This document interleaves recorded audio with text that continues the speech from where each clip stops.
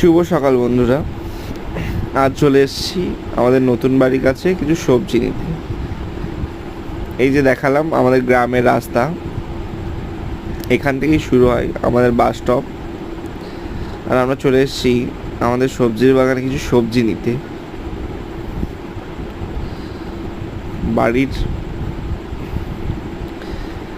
পিছন দিকেই ঠিক লাগানো হয়েছে কিছু সবজি, যেমন আছে শশা, কুমড়ো গাছ, কলমি শাক, ঝিঙে, আরও অনেক কিছু আছে।